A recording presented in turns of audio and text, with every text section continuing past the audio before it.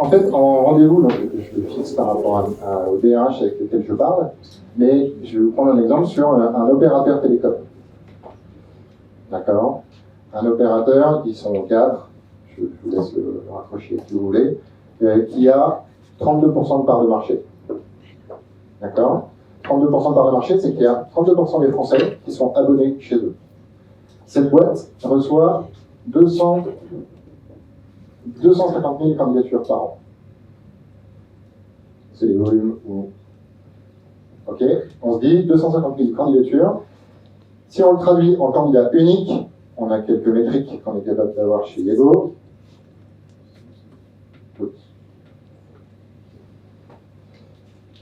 Ça fait 200 000. Ok? Hello Work nous a donné un chiffre il y a quelques temps qui était sur ces 200 000 candidatures. Il y avait 65% des candidats qui aimaient moins une entreprise après y avoir postulé. Un tiers, les 2 tiers, pardon. Si je fais les 2 tiers, ça me donne 130 000 personnes. 130 000 personnes qui aimeront moins cet opérateur télécom après y avoir postulé, juste parce qu'ils sont déçus de leur expérience candidat, de la manière dont ils ont été traités, parce qu'ils ont supprimé un message automatique 6 mois plus tard. Enfin bref, tous les cas que vous connaissez par cœur, et qui font que ça dégrade l'image. Si je colle la part de marché directement, pour essayer de savoir quelle est la proportion de ces 130 000 personnes qui sont effectivement clients chez cet opérateur télécom. Je reprends mon crayon qui est ici, et on colle les PDM, 32%. Un tiers.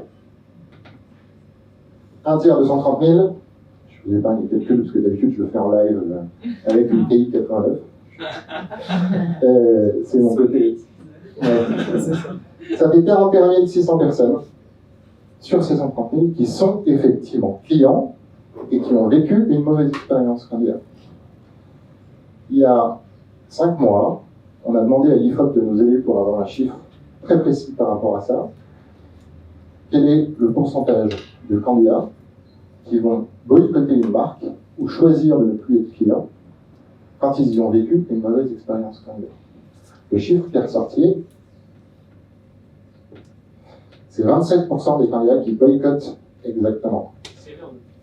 L'année dernière, il y a 1 an et demi, on avait demandé quelle était l'intention de boycott. Il était de 60%, mais les gens qui vont effectivement passer à l'action, 27%. Vous me voyez venir? Je prends ce petit créneau là, tac, sur les 41 000, ça refait à peu près un tiers. 11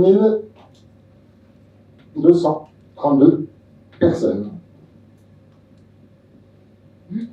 qui sont clients chez cet opérateur et qui ont vécu une mauvaise expérience et qui du coup vont partir.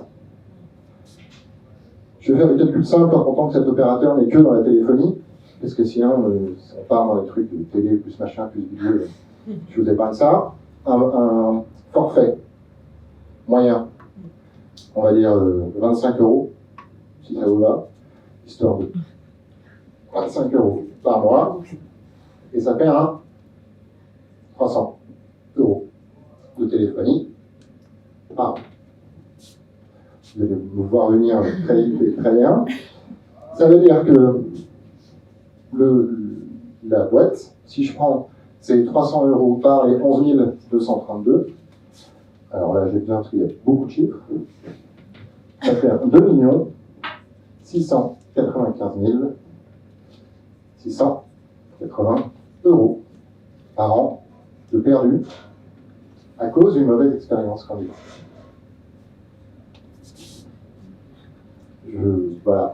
Voilà comment ça marche pour parler et pour aider un DRH ou un directeur de recrutement à modéliser la perte de chiffre d'affaires en remontant à partir de ces KPI et de ces volumes de candidatures. C'est des chiffres marchés, ce ne sont même pas des trucs où c'est sorti du chapeau.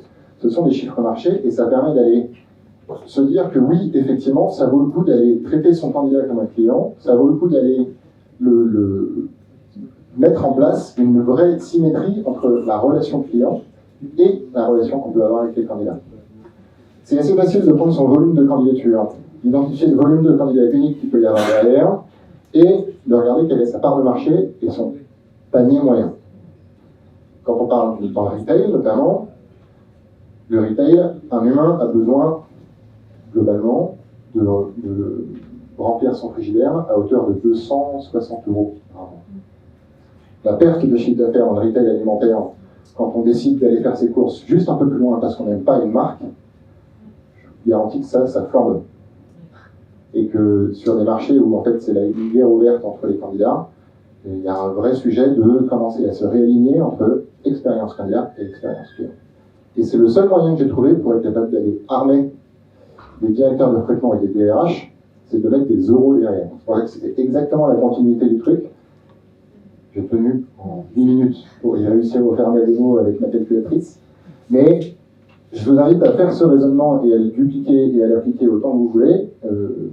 Ça fait partie de les 8 premières minutes de mon rendez-vous, histoire de placer le curseur sur savoir est-ce que c'est priorité ou non. C'est clair pour vous? Très clair. Voilà. J'aime bien les chiffres.